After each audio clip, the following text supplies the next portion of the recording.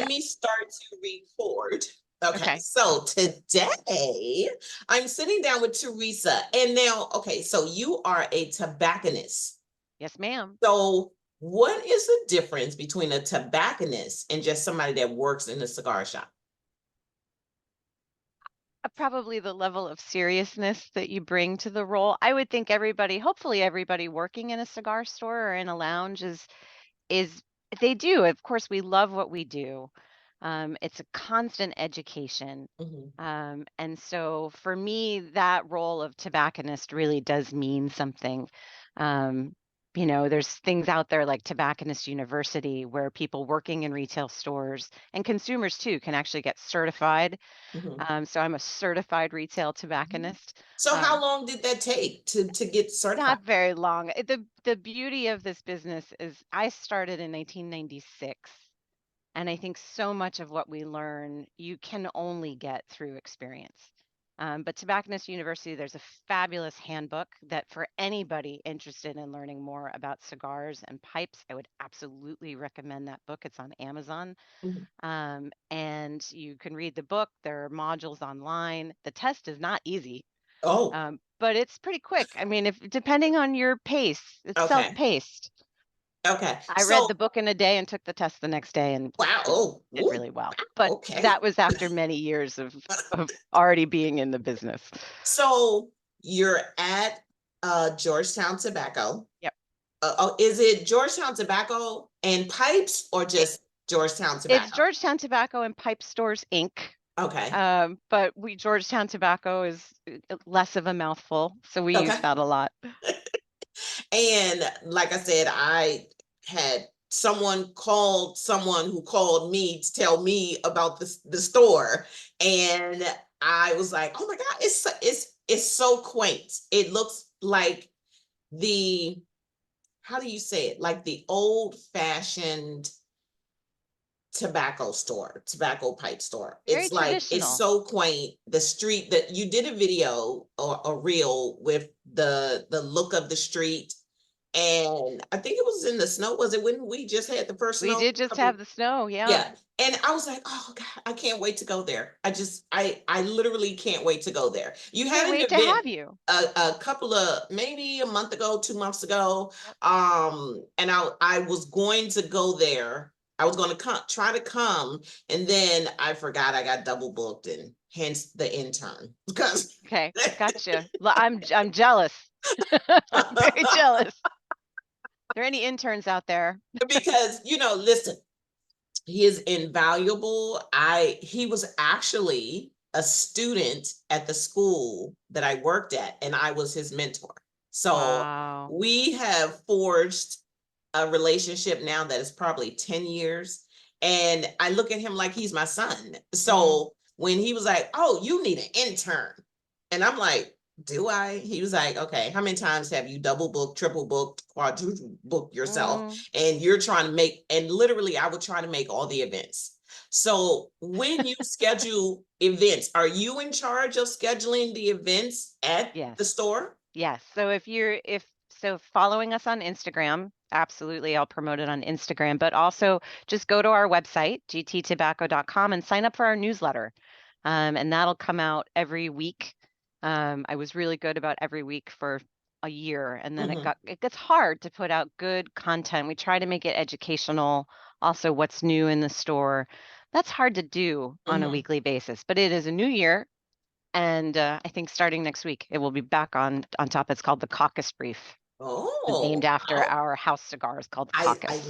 Oh, I was going to ask you, do you all, because I love house blend cigars. Mhm. I don't know why people sleep on house blend cigars. So you have a house Oh, blend yeah. cigar. It's actually one of the most popular selling cigars in the store. So Hmm. David, the owner of Georgetown Tobacco is David Burkabile, who opened the store in 1964 and is still working 6 days a week today. He is an absolute rock star. Wow.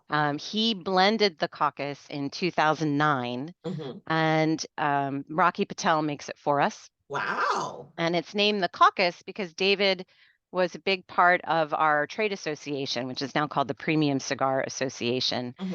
And so he was working a lot on the advocacy work, fighting legislation. And, caucus I mean, very much like a cigar, we have to bring people of differing opinions and backgrounds together to protect our rights to smoke and to sell premium cigars. And Right. so that caucus was the inspiration, and that's why it's named that.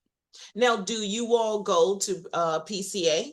Oh yeah, I'm actually on the board. I Oh, was I was elected last year well, to the board of congratulations. directors. Thank you so much. Thank you. Yes, but we are definitely annual PCA attendees. Okay, I've never been, and I keep saying I'm gonna go, or I'm gonna try to go because you have to be a You have to member, be a and retailer, yeah. so right, and I'm like, okay, I don't sell anything. I just smoke a whole hell of a lot of cigars. So, so I don't I want to go, but I don't ever think I will be able to go because it's not my intention to ever come out with a cigar. Now, does your store ever get approached by newcomers wanting to boutique brands putting their cigars in your shop? Of And course, how do you handle that? Because it's a lot of boutique brands coming out. I think there are. probably one just came out just now while we're talking. That's right. It's interesting. I actually, if you look on our, again, on our website in the blog, I wrote an article about it, about Mhm, what it takes to be on our shelves. Because for every retailer, we have limited space. And I think the number one thing it comes down to is character. mhm, And I mean that through everything from the people who are making that cigar to the cigar itself. It's got to be different mhm. from everything else that's on the shelf. But if you could have the greatest cigar in the world, and if you're a jerk, it is not going to be on the shelves of Georgetown Tobacco.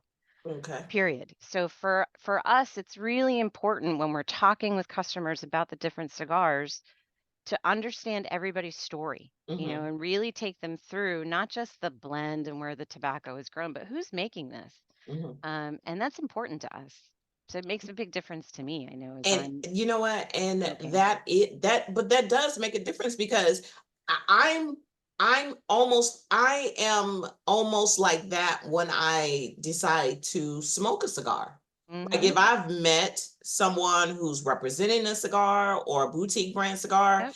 if they are just like you said, like a jerk, it's like I'll take the cigar and then I'll gift that cigar to somebody Yeah. else because I don't even, because my energy, I feel like my energy, I don't want to put my energy into smoking something of someone that I thought was obnoxious or a jerk or just, like trying to push it off on me. Mhm. Um, Now, do you get that a lot? Do you get people coming in like, oh, you have to try this? Well, so I mean, of course, I think every brand that's out there wants to be in the store. Mm-hmm. Um, so it really does become a challenge. And it's interesting, you talk about how many boutique brands there are. They're also a lot better Mm-hmm. than they used to be. Mm-hmm. There are a lot of people making some really great cigars out there. We brought in a boutique brand called Martinez. Are you Mm-hmm. familiar with Martinez in New York? No. It's amazing. These are six Dominican guys Mm-hmm. in a 250 square foot factory in Midtown Manhattan. Get out of here. They've been there since the 70s, What?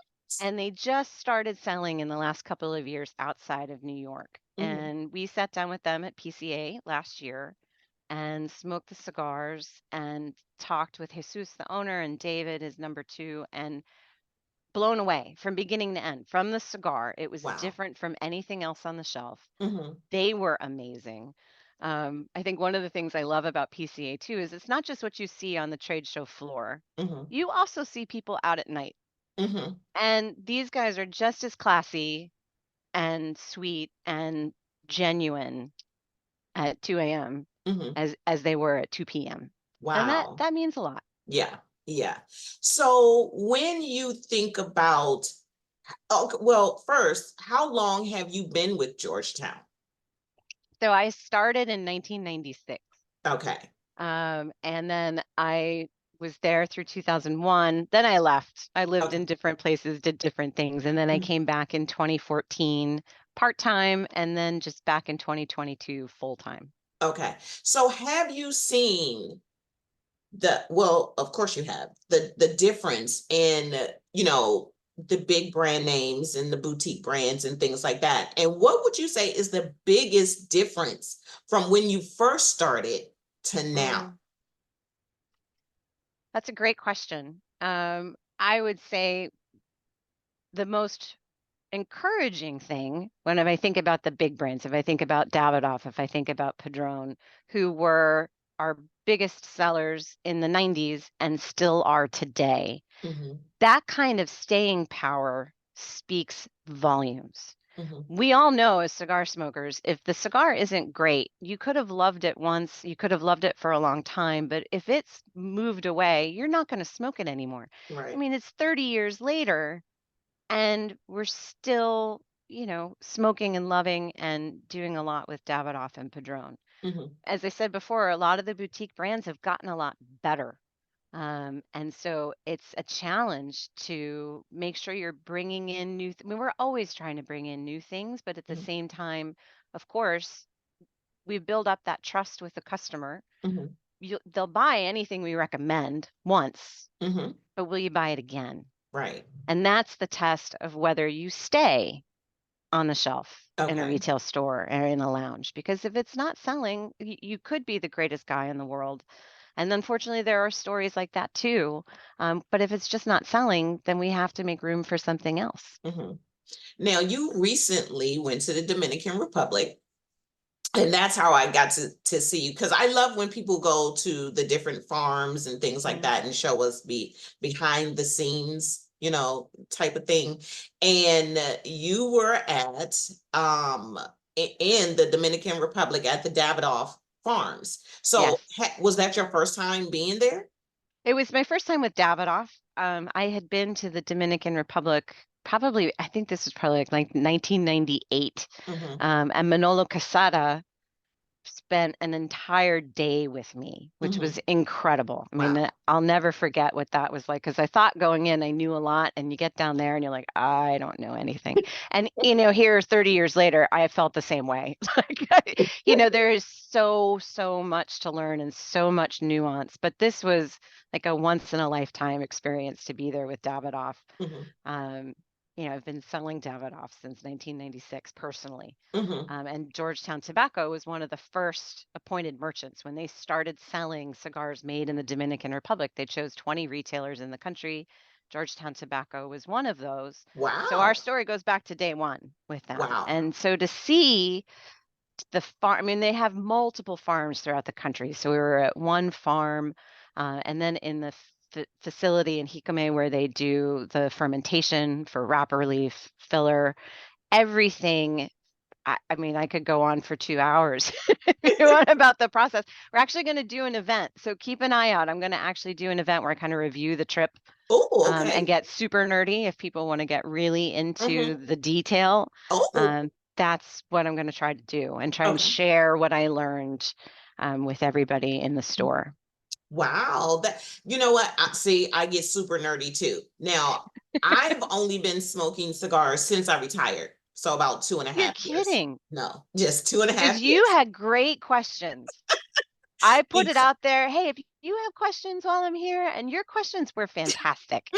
thank you. Because I'm super nerdy. So when because when I first started smoking cigars, a friend introduced me to cigars after I had COVID because I lost the two main things, smell and taste. Mm. Smell never came back for me, so I still don't have a sense of smell. So yeah, Oh, yeah, that's a whole thing. But as soon as taste came back, we were talking, and her and her husband smoked cigars. Pam and Walter, hi Pam and Walter. Um, they said we'll give you a cigar. So they said as soon as your taste come back, let us know. It came back. They gave me a Tatiana Groovy Blue, okay. um, and that, because my taste had been gone, it was like, ooh, this is like a great popsicle, right? After that, I said, well, now I want something that's not flavored. So I went into the local cigar shop and I asked the tobacconist, I'm new to this.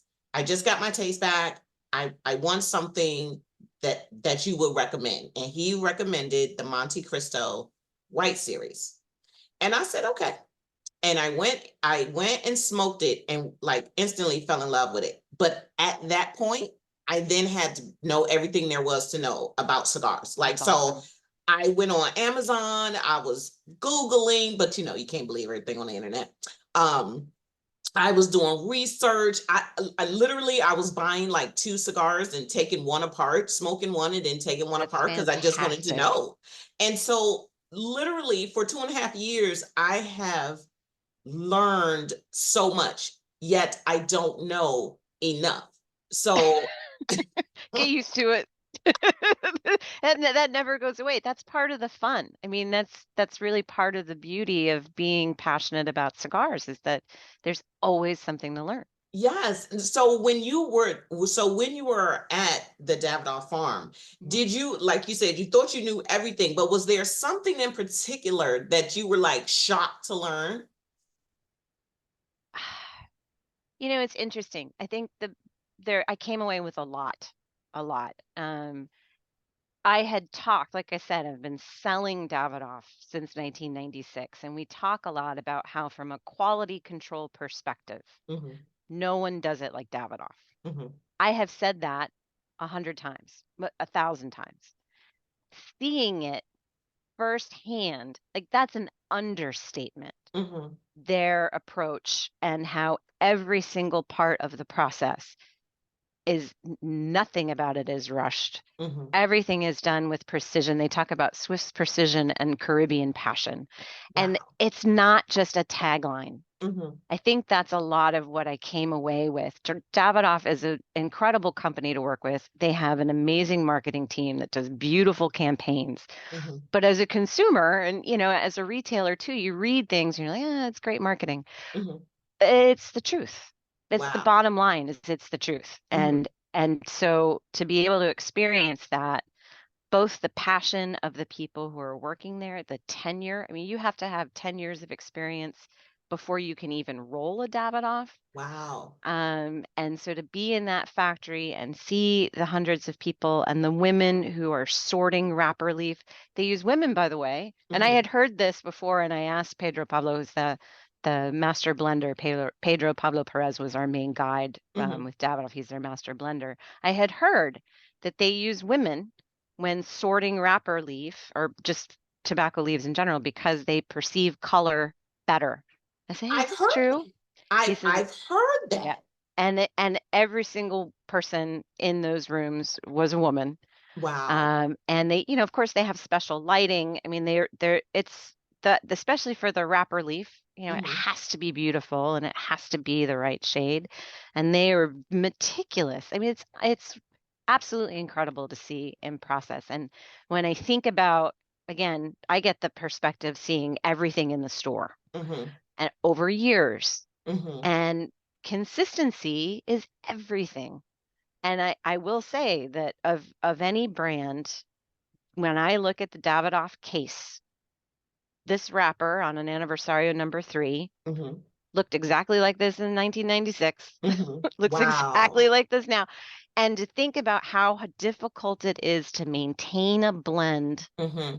depending on, how much rainfall there was that year, how much Right. sun, microclimates, everything that's happening in a farm, to Hmm. have that kind of consistency where every time we light a cigar, it's exactly the way it was the last time. That takes, I mean, it's just an unbelievable amount of work and dedication and passion. And of course, not just from Davidoff, from many manufacturers, but I got to see it firsthand there at Davidoff. It's incredible. Wow. So is Davidoff your go-to cigar? Like if you're going anywhere, you have to have at least two Davidoffs. Yes, yes, and yes. Um, yes, it is. They are more expensive, Hmm. right? So, the beauty of also being at Davidoff for the week is all I smoked for an entire week was Davidoff, which was Hmm. pretty incredible. I don't get to do that every day. Hmm. But they're absolutely in the mix for me. Okay. Um, and so this is kind of a treat. This is my celebratory cigar of doing this podcast with you today, is I'm Okay. starting the day with an Anniversario number 3. I don't normally do that. Okay. Oh, I'm well. really enjoying it. Now, when you have a cigar in the morning, because it's still morning time, Mhm. Do you normally have it with coffee, tea, juice, I'm a tea drinker. snacking? Okay. Yeah, I drink black tea all day long. Okay. Now, do you have a favorite brand? Like not your regular, normal everyday go in the grocery store, grab the name brand. But do you have like a special, like I found on Instagram, I found a loose leaf tea at a bourbon fest, actually. Mm, They were at a bourbon fest and they were the only tea makers there. And I was walking out the door because she was selling tea, she wasn't on the floor with everyone. She was near the exit, and still they're doing, one way in and you go out the other way. So had I not had to go out that door, I would have never saw her. And mm. she was literally on the end by the door as you walked out. And I was like, ooh, tea. Cause I'm just like a kid at a candy store. It's like something new. And I bought it. Literally forgot about it until about a month ago.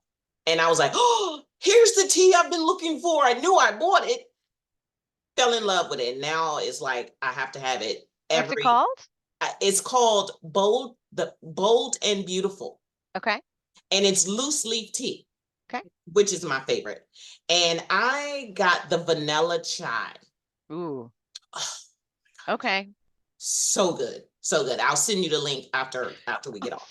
Awesome. But I literally fell in love with this tea, and to have it with a cigar. And what I've done is I've had it with three different types of cigars: a medium, a mild, a medium, and a full.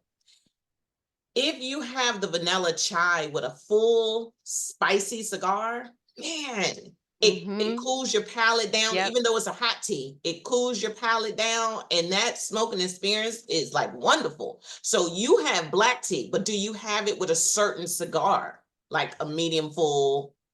Everything. Okay. Because I'm all over I'll smoke everything from mild, medium, full. Mhm. But I'm consistent on the beverage choice. Okay. So, Oh wow. Okay. yeah. Okay. See, I'm all over the place. In the morning, I have to have coffee. During the day, I'm having tea. Then somewhere around 2-ish, happy hour begins. And so, because when you I retire, love happy that hour can retirement begin. happy hour, right? So I'm all over the place. So now, you know what I have found though? I have found that I am now leaning more toward the Lanceros Mm, for cigars because I don't know. It's like, and it could be with what I'm reading too. The elegance of the cigar smoking and how back when cigars became popular, that Lanceros and Churchills were the preferred vitola of cigars. So do you have like a favorite vitola, or are you again all over? I'm also a fan of Lanceros. Lancero and Toro Hmm. are really the two that I gravitate towards. I mean, with the Lancero, you're getting more of the wrapper flavor just Hmm. because of the surface area, and I do like the elegance of it. I like the way it feels and Hmm. the length. If I'm working and I'm there for 8 hours, Right. that's a couple of cigars in a shift. So it's nice to have one that's a little bit longer that you can. So we've got some good ones I'll turn you on to when you come in. Oh, okay. So now I know that you also sell other type of merchandise in your store, and you have the ST DuPont lighters. And Yes. I literally just started learning about these lighters. So it's like, oh my God, Watch now I out. need Yep. this. Now Yeah. I need this lighter. Yeah. Yeah, I Now, mean, if do you prefer soft flame? I do, yes, 100%. I Hmm. I watch every day too often where people, and I get, especially if you're outside, you're on the golf course and you need something wind resistant, a torch is great. Hmm. But you've just got to be mindful of how you're using it because I watch Right. a lot of people where they're like right in there with Right. and it's like, oh God, you're scorching. You want a torch, not scorch, Right.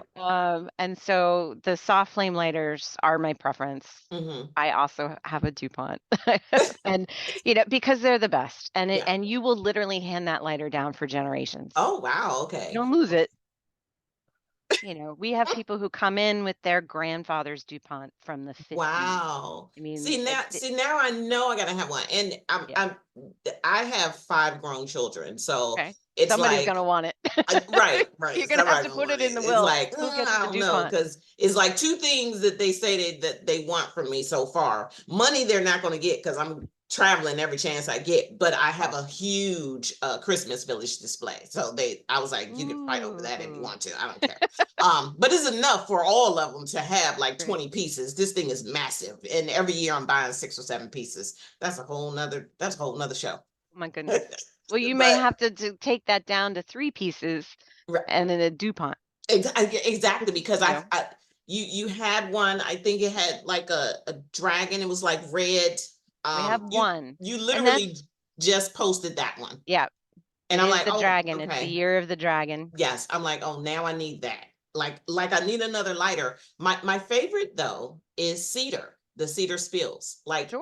that is like, I think I go through phases of Mhm. lighters. So it was that, and now it's the ST DuPont. DuPont. Yeah. So it's Yeah. like, There's some but other you, really great soft flames too that aren't, DuPonts start around $1,100. right. But I Am Corona, Brizard, those are two other brands that make beautiful, long-lasting soft flame lighters. So Hmm. there's a lot to see.